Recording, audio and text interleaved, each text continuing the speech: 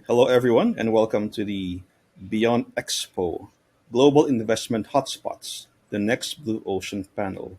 This is Angelo, and I am the editor at Techno Global. And at the panel today, we have three experts who will be providing their insights on the hotspots in investment today. So we have Hans Tung, managing partner at GGV Capital.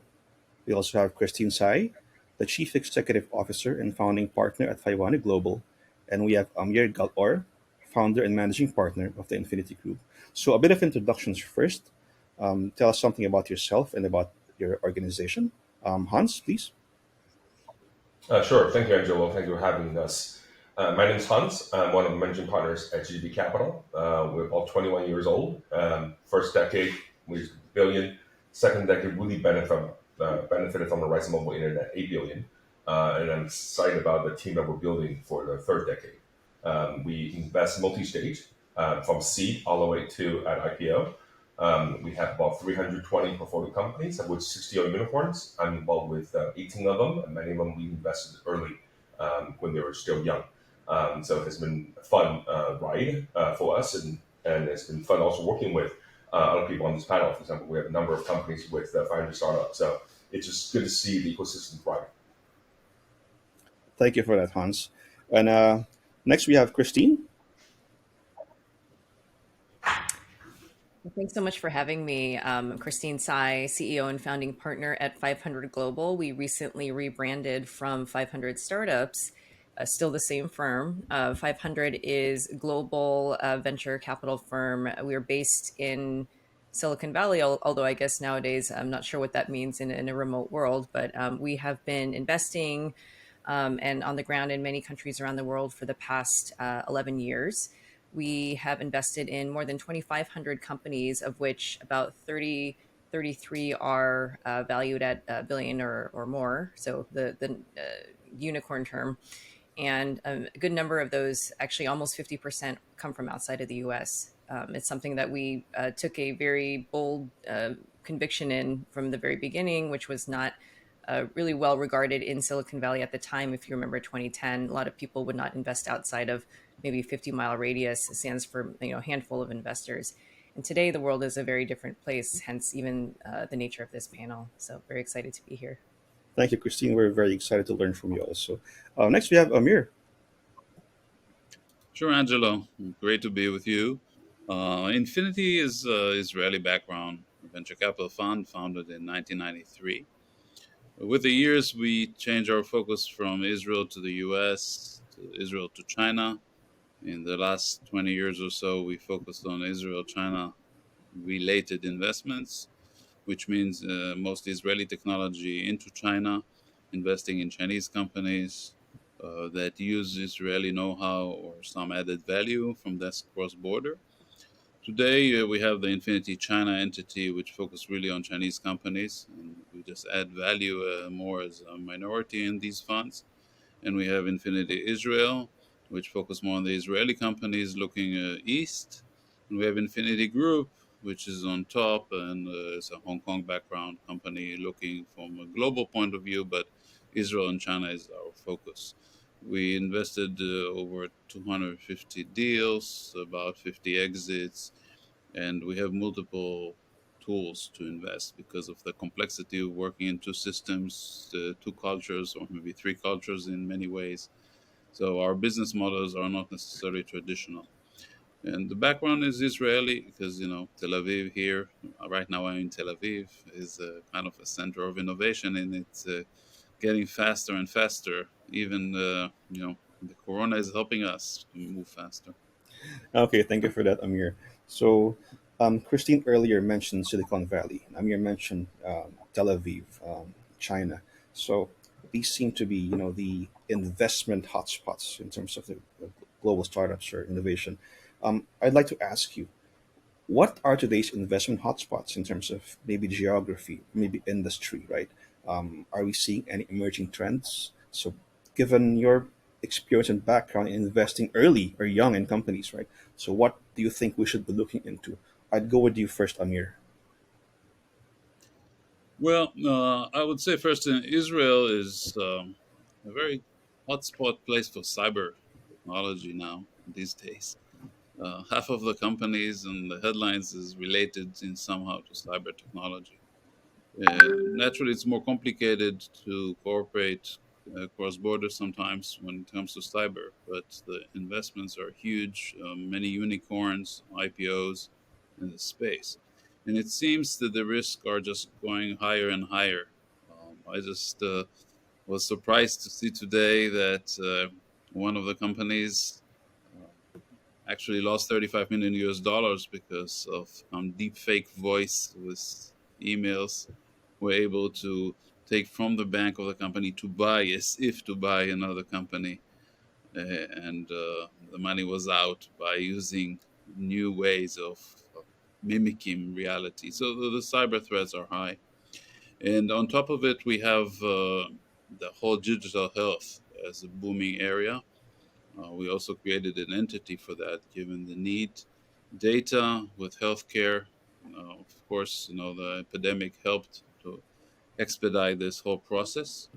And the third one I would mention is mobility, everything related to EVs, because China is a huge player in this area and a big market, and many of the mobility related companies want to cooperate with China around this area, which probably is going to take at least 50% of the market share looking forward.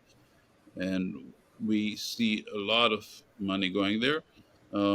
There's also the blockchain related activity, which I'm sure everybody is talking about, but it's on the change, especially it's banned now in China. It's the crypto side, not the blockchain, but it seems it's going to be very big on the blockchain from the government point of view. So it's a very exciting area to look after the whole kind of combination between blockchain and crypto, which business models are going to happen. These are my 2 cents.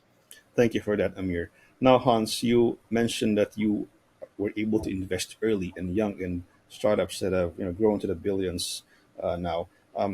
So, what are the hotspots we're looking for now? Is there any indication, or what can we look toward in terms of geography or industry or kind of business?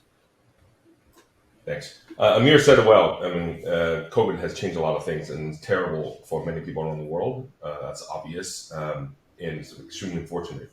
It also has become a huge accelerator for tech, for mobile technology adoption worldwide. I'm sure Christine's seeing the same thing, from traditionally the US, Europe, and China now to Southeast Asia, and South Asia, including not just India, but even Pakistan. And then MENA, especially North Africa and Africa in general. We're just seeing a lot of growth across multiple sectors. Basically, digitization of offline economy is the biggest trend that we're seeing in sectors that are being affected, include edtech, fintech, prop tech, health tech, transportation that Amir mentioned, food tech, and traditionally, there's hot areas of e-commerce, in enterprise tech, security tech, all of them we're seeing growth. I've been in VC business for 20 years now.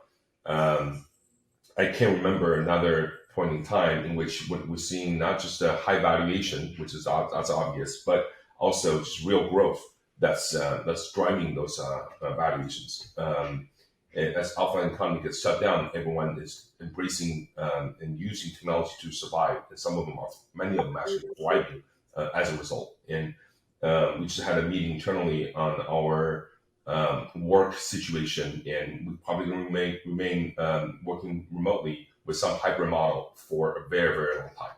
And employees, people are moving to other places outside of the big cities, yet connected to the big city through mobile technology and work, so that hopefully we'll see a diffusion of technologies and what's happening to more centers beyond just the traditional innovation centers that we all know so well of, because that would be better for society as well. So from a tech adoption standpoint, from a company growth standpoint, and sort of diffusion of talent standpoint, we're seeing unprecedented sort of migration and change. And many of the changes we think are for the better, and hopefully they would be around for a very long time. Okay, thank you for that, Hans. It seems that that the future of work and mobility has had a lot of change, especially given the impact of the pandemic. Now, Christine, you mentioned earlier that 10 years back, it was only in hotspot like Silicon Valley, right? So given these new, these new trends, what do you think would be uh, the new investment hotspots in terms of geography or in terms of vertical or industry? I think it's you'll get different answers depending on who you ask. So I think Hans made a good point that because of what has already been happening over the last many years, many trends that were already on their way, they're just being accelerated very dramatically because of COVID and number of other issues that have happened over the last year and a half. So we are seeing a lot more investment dollars going into venture. Now a unicorn doesn't seem that special anymore. We hear about a new unicorn company, a decacorn company every day. And you see it in the numbers just in terms of global funding. It's increased 157% year over year. It's at a new high. Every quarter is breaking some new record from the previous quarter. And even the term unicorn, back in 2012, 2013, when that term was first coined, there weren't too many of these billion-dollar privately held companies, and now there's 136 as of Q2. That's almost close to 500% year-over-year growth compared to Q2 of 2020. So that's just going to increase more and more, and I'm sure all of us are seeing it in our portfolios as well.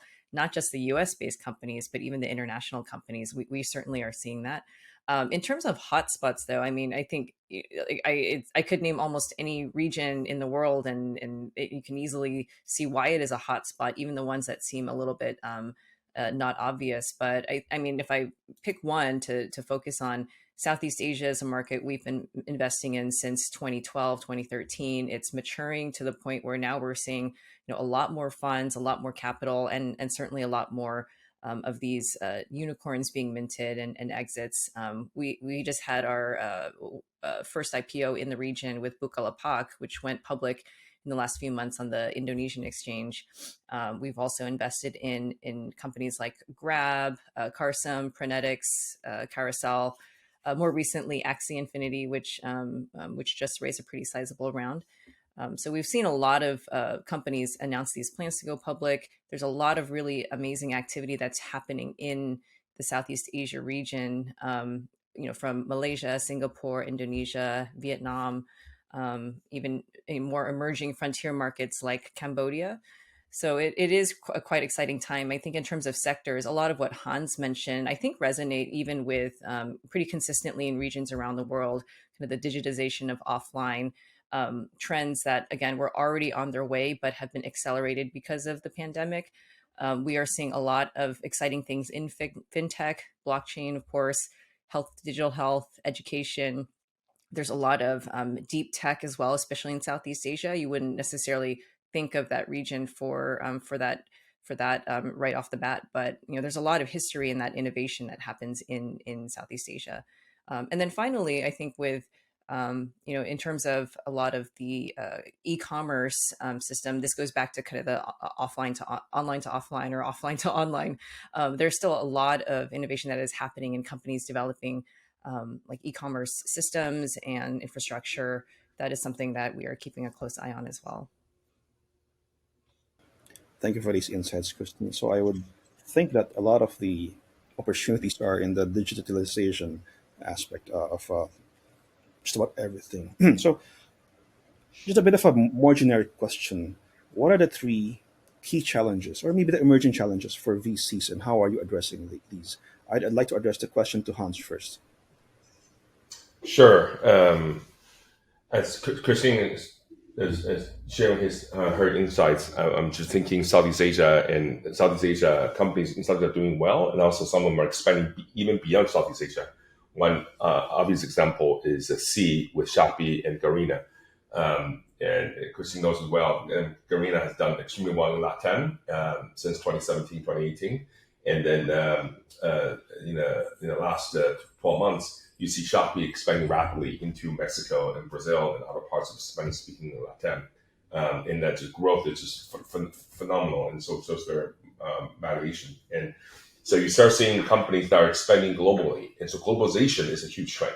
So VC, as we all know, traditionally is more small partnership, extremely local, and increasingly we're being pulled in more areas, whether it's expanding through a franchise model or directly build your own team on the ground, or partner with other funds. One of the ways that VC remain relevant is building these cross-border bridges and then eventually global platforms. So there's a scaling issue and globalization issue that some of the VC firms are thinking, because if you look at the rise of Tiger Global and Cotu and the hedge funds moving down to from private to earlier states, and having bigger pool of capital investing in these companies that are growing fast, it's almost a AUM game. So what we're seeing is the bifurcation of the VC market. It's going to be always new funds, more and more single GP starting their own fund,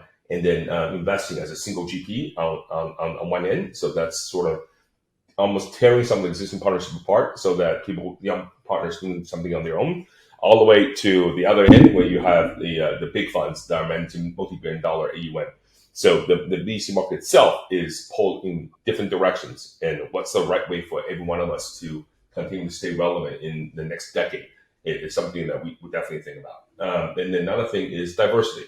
Over the last 2 years, especially during COVID, there's more cry out for diversity, because among the hate also has become incredibly high as well. So whether you see the Stop AAPI hate kind of initiatives, Black Lives Matter, encouraging more diversity in the boardroom, more diversity, more women as check writers, supporting more founders, all of that is happening, and it's a good thing, and it's what we need. And so at the sort of micro level day to day, how do you get more diversity into the boardroom, into the business meetings, and make those decisions as founders, as VCs, as LPs?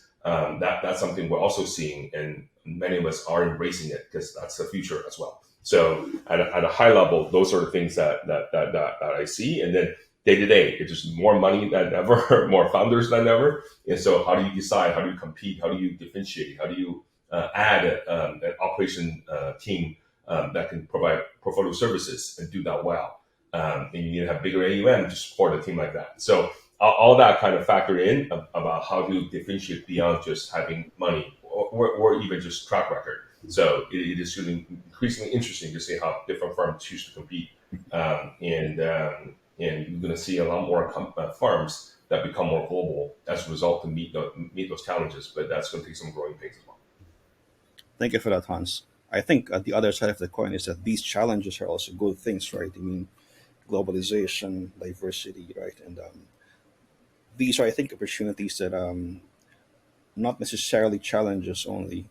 So Hans mentioned something about VCs coming from mostly local to shifting toward more global, coverage. So Amir, you mentioned earlier some challenges with respect to security, right? And how do you bring those technologies to other markets where when there are probably restrictions? So from your perspective, what are the challenges? What are the other considerations or challenges, and how do you, as a VC, address these? Well, I think the biggest challenge VC are facing now is too high valuations.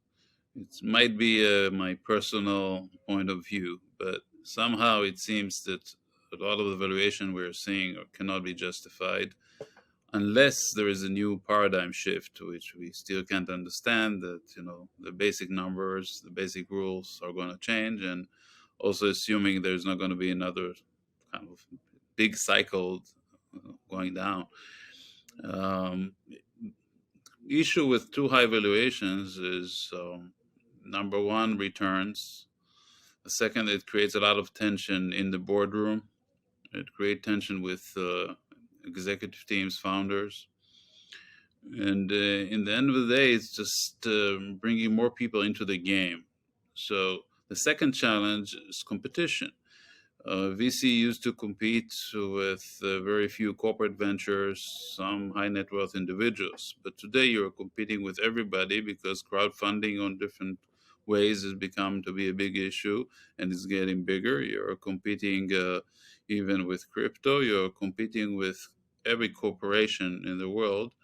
Needs to have some kind of venture arm or venture activity in order to stay in touch. They are not sensitive to valuation, and they bring up the valuation. Not only SoftBank, but also even the biggest companies in the world, from Facebook, Amazon, Intel, they are all bringing, I'll say the bar of expectation too high. And at some point, there will be a cycle. The VC world is not prepared well for the cycle, and then there's not going to be ability to exit. It's going to go through a dry season. How do you prepare for this dry season?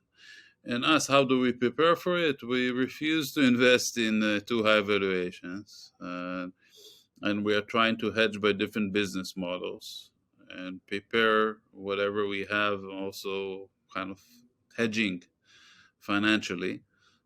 And some you cannot do much, just pray. Okay, thank you for that, Amir. Earlier, Hans mentioned something about valuation versus real growth, right? And now we have Amir saying that there is too much valuation or challenges, and the paradigm of there's always this thing about unicorns, right? Companies and valuation. Now, Christine, would you agree to that these are challenges, and how is 500 managing in terms of your strategy in investing? Yeah, I would definitely agree. I think when, I heard the valuations, I mean, that is definitely something that is happening. Probably it hits harder maybe at the later stages, but certainly even in the first check, second check, early stages, we are seeing that. With one caveat, I think with a number of firms that are now getting into early stage that historically weren't early stage, or we're certainly seeing a lot of that in announcements, and it's almost kind of become a meme of Tiger Global or Andreessen coming in and writing a very large check to a company that has not built anything. So, but I think there is still a lot of capital that isn't going to many founders that aren't in either in those networks or in those circles. It could be because of geography, could be certainly they are not the typical founder. They're not building maybe typical businesses. So there is still a pretty big gap, I would say, in terms of the companies that are getting that funding and companies that aren't. And in those cases, they are not seeing skyrocketing valuations even at the early stage. So so that is something to bear in mind, that as much as there's a lot of capital coming into venture capital, a lot of maybe non-traditional institutional investors that are now getting into venture, whether it's like these crossover firms now dipping their toes and investing into VC or sovereign wealth funds or hedge funds, or even retail investors. There's still, as much as that may drive up valuations, there's still a lot of companies and great founders that aren't getting access to the funding the way that others are. Kind of to the point that Hans made earlier around one of the challenges for VCs and just this industry is around DNI, and also that touches upon something that 500 is focused quite a bit on, which is ESG, and investing kind of in a responsible way. In terms of the other, I think the comments around how that creates tension in the boardroom, I certainly see that as well. Just there's very high expectations. We oftentimes talk with both investors and founders that are quite impatient to hit that unicorn status or decacorn status. And it's very easy to forget that probably a lot of the unicorns in our portfolio today, they seem like they've risen up the ranks very quickly, but it took maybe 10 years for a lot of these companies. With the one exception, if maybe you're an NFT company or a blockchain company, then maybe that happened very quickly. But for the vast majority, it does take time to hit that valuation. It takes time for these ecosystems in different markets to mature. If we forget, Silicon Valley has had many decades of many cycles to create what it is today, and we are seeing this probably at a more accelerated pace in other markets. Southeast Asia is a good example. The Middle East, we're quite active in the Middle East region. Even Latin I love America, where it's we're hot. starting to see more of that. Yep. Yeah, Latin America is very hot. But it does take some time. So I think we caution for all of us is kind of artificially just stuffing companies with too much funding. That's also not good. But for us, like I guess the question around how are we managing this? We recently announced that we are closed our largest fund to date, and we're looking to expand our scope from both the early checks all the way following the companies along, hopefully towards the later stages. So That is a newer muscle for us, but it's something we're quite excited about because of the relationships we've built with a lot of these founders. And I guess we'll see how that goes in terms of the how the valuations hit us. But I think we have found that that early relationship, and I'm sure Hans can speak to this as well. For many founders, it makes a big difference in terms of kind of the more practical, actually getting allocations or being able to continue to invest with the company. I just want to add Thank that you what for Kristen said is absolutely right. Even the early stage funds have become multi-stage as well, and raising continuity funds or opportunity funds in order to double down on their existing winners. And so you are seeing later stage funds or hedge funds moving earlier and earlier. Not all of them will make it, but if some will do very well. And you will see early stage funds having opportunity fund and continuity fund. Not all will do well, but some will do extremely well. And then for GGV, I remember back in 2013, we're kind of right in the middle, Series B, C, D. And then over the last 10 years, we both invest earlier and later as well and become multi-stage.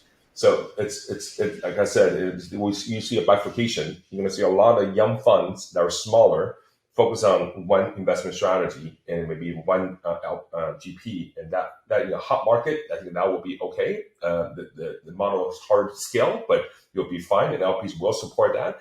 And on the other end, you're going to see more multi-stage funds that are more global in more geographies, sharing knowledge across geographies, sharing knowledge across sectors, and adding value accordingly as well. And so it is an ecosystem that is definitely where the trend is going. We saw that kind of 10 years ago, and over a 10-year period, you see that becoming more and more perfect. Thank you for the additional insights, Hans. Now, Hans, you earlier mentioned something about, and I think Amir also mentioned competition. So we are not competing with a lot of other platforms, a lot of other sources of money, be it corporate venture capital, be it the blockchain, or be it fundraising to SPACs or other modes. What is your opinion on this? What will be the impact of these on VC? Hans first, please. Sure. One good example is probably GV. I admire what David King DK has built with GV from a sort of strategic investment arm of Google ends up become on its own, its own right, a very legitimate, thriving venture practice. And that probably will be the model that more corporates will end up thinking about. They may not do it for internal reasons, but the ones that used to be Intel Capital had that model that was more independent VC, and now these days, the last decade, ends up being GV. And so not many people can make that work, but that's definitely a model that I think has its merit.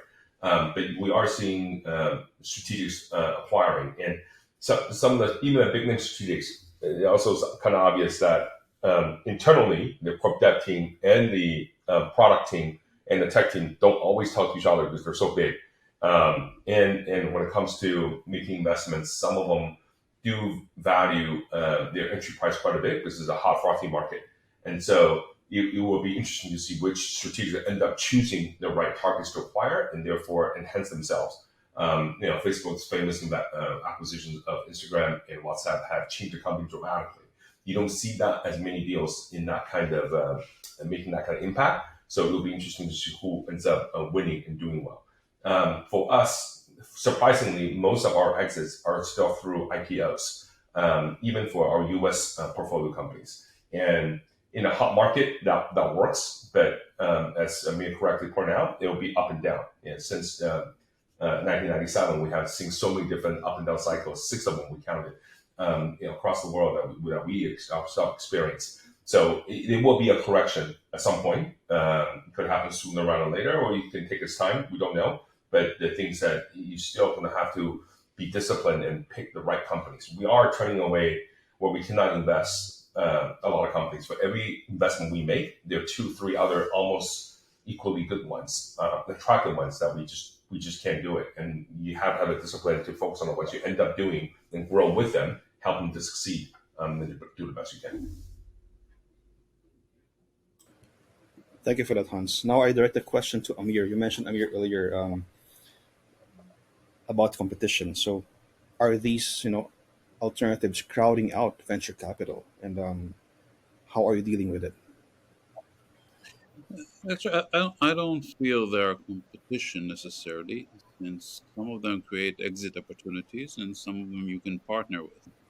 So you can create your own, in our case, Infinity SPAC. We did one of these back in 2009, and we merged it with the oil technology company in NASDAQ, which we called Infinity, and we changed it to Glory. And it's just another vehicle for investment to reach new LPs, so called. And you can be part of the GP of the SPAC, if you want to call it this way. And crowdfunding opens opportunities to access different deal flow, and you can participate. Sometimes you can manage some of the money there if you're interested in, and it could create some cross-border opportunities. So my tendency is to see these kind of alternative ways more as an opportunity than a competition. Although naturally, yes, it competes on the same companies. But since we can join them or it creates an exit opportunity for us, we are okay. I'm more curious, not necessarily concerned, to see what the blockchain will bring to the VC world, since there must be some disruption coming from there. And that could be either an opportunity or a threat or a disaster. We don't know. It's too early. So let's see. Thank you for that, Amir. Christine, do you agree? Yeah, I definitely agree with what Amir is saying. Is I don't think it's necessarily that it's going to eliminate all of our we'll all be out of jobs and no more funding happening. I mean, I think if anything, it just brings more options for founders and for companies for funding. Of course, it's of course there is a competition for those who have been investing for VC firms, but I don't think it's anything that's unlike other tools and other means of capital that have come into the market over the past 10 years. I think back when the Jobs Act was passed here in the US, there was a lot of concern on crowdfunding disrupting venture, and companies will all raise on crowdfunding. And clearly that's not the case, right? It's just another option for raising venture. So I think in this case, if anything, like was mentioned, it provides options for founders, potentially exit options, maybe new forms of funding that we don't exist today. More options for liquidity for both founders and early employees and early investors. So I think if anything, it's more it just shows it's maybe a bit more validation of the space that we do our work and in the private markets. Thank you for that, Christine. So, what you're saying, I think, is in the long run, it will normalize something to that effect. Mhm. Now, maybe the question that a lot of maybe the audience would be interested in: how can tech-driven startups strategize for fundraise and expansion in the post-COVID recovery? As we witness bigger deals or possibly more investment deals. I'd like to direct the question first to Amir. Well, if you look at how a company can get more funding is by creating a bigger dream, a digital dream with extreme talent. I think this kind of combination always works well on VCs. Talent is scarcity. There are too many companies built up without real talents, and the companies who do make it to the, say, the unicorn or to the best, they have some core talents inside, and they could be a company with 1,000 people, but you have maybe only two talents. That everything is based around their geniosity, if you want to call it like this. uh, and the fact that you go digital makes you can scale up fast, you can go global. That's kind of quite critical to have some kind of digital aspect to it. And dream big, because you can see there is one, two winners in every subspace, and the winner takes it all. It takes the talent, it takes the brand and the money. So dress up correctly. And networking, and now it's easier because you can go online and network everywhere. You don't have to fly. So it's about hard work. Just get up in the morning and do your work. These are my 2 cents. Thank you, Amir. So, relationships, dreams, and talent, I would say. Christine, anything to add to that? I think now in post-COVID, I think what we're seeing is the pace at which I think we'll see how sustainable it is. But just given the macro trends, there are a lot more investors who are open to investing outside of their 50-mile radius. There's a number of Silicon Valley Sand Hill Road firms that historically probably just didn't invest outside of the U.S. are now doing their first bets in Indonesia and in the Middle East, and so that is great for those ecosystems. It's great for those founders, and it shows that there is that forced innovation that unless at least for a good period until travel really comes back, VCs are going to miss out on deals if they only feel comfortable with investing in their network or who they know. It seems like a pretty logical perspective, but obviously it took a global pandemic for many to really see that. So I think, like was mentioned by Amir, companies and founders continuing to meet and do connections with investors over Zoom and remotely, although it is starting to come back in person to some extent. We have some founders that are traveling to Silicon Valley to meet with people in person, but it probably won't come back to pre-COVID levels, at least for a while, especially if investors are now becoming more comfortable meeting founders over Zoom, doing that diligence remotely. So I think just as we would always recommend to any founder, because you never know what will happen in the path to building their company, just be prepared for anything and be agile and nimble in terms of how you connect with investors, how you go about that, whether it's online events or building network remotely or whatever it is. I think for what we have seen in terms of helping founders, we have transitioned a number of at least our accelerator programs online because of COVID. It actually helps founders with that access. Now they don't have to worry about visas and moving over to San Francisco, which is a very expensive place to live. It's actually opened up access quite a bit. I'm sure that we will return part of that in person, in the next few months or so. But it is something that I think we've gotten accustomed to, that it can work. It never completely replaces the human aspect, 100%. But it does allow us to access founders in all parts of the world. And frankly, for us, we have been investing remotely and meeting founders remotely for quite a long time, well before COVID, just because of the sheer distributed nature of the team and our portfolio. So I think because of the speed at which deals are happening and many investors are pressuring each other to invest and make decisions quicker, it is definitely important for founders to build those relationships with investors, and even more so in this remote world where it's harder to meet in person. I think that is something that goes a long way versus it being too transactional. Thank you, Christine. I think Hans has something to add. Anything to add to what Christine said, Hans? Sure, agree. And also for founders who are raising money remotely, having references that the VCs that you want can contact. These days it's so easy to find common friends on common contacts on LinkedIn. Just go the extra step and provide references of that know both sides to be able to share more context and how you got here with the VCs will be extremely helpful. And sort of double click what Amir said earlier. These days, by being everybody on Zoom, it actually is more efficient. You can have 10 to 15 meetings a day now, whereas physically it's not possible to get to all these places. And so there's going to be a lot for people who are willing to work hard, regardless of what age you are. You're willing to do that. A lot of things can happen. If I look at my list of decacorns that end up become big outcome, whether it's a firm, whether it's Airbnb or Peloton or Xiaomi, I mean, come on, every single one of them had enough of that special genius talent that Amir was talking about inside them that made a huge difference on their impact. Because the vision were all big, but can you actually execute on that vision and make that work? The ones that can go far. And Christine mentioned that we have a lot of unicorns today, but to get to that certain size that's much bigger, you need to have that special founder, special team to make that work. And no one can do them by themselves, even Elon Musk. So you still need to be able to assemble a team that can make things work regardless of what you read in the media. So that ability to learn quickly, evolve quickly, and be able to recruit and have a leadership quality to assemble a great team to work with you. Those are much harder to find. And where we can find out around the world, we're happy to invest and help them succeed.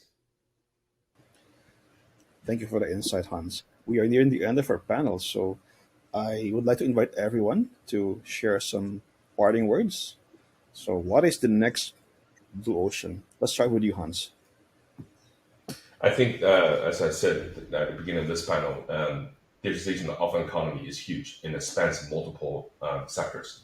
So for founders out there, pick the sector you know well, find the pain points that are massive, if not global, in nature. Learn quickly, assemble the best team, go get them, and we would love to be help to you along the way. We have a sizable portfolio service team both in Silicon Valley, Beijing, Shanghai, and now Singapore and New York as well. And we're happy to work with you wherever you are to help you to succeed and realize that vision. Thank you, Christine.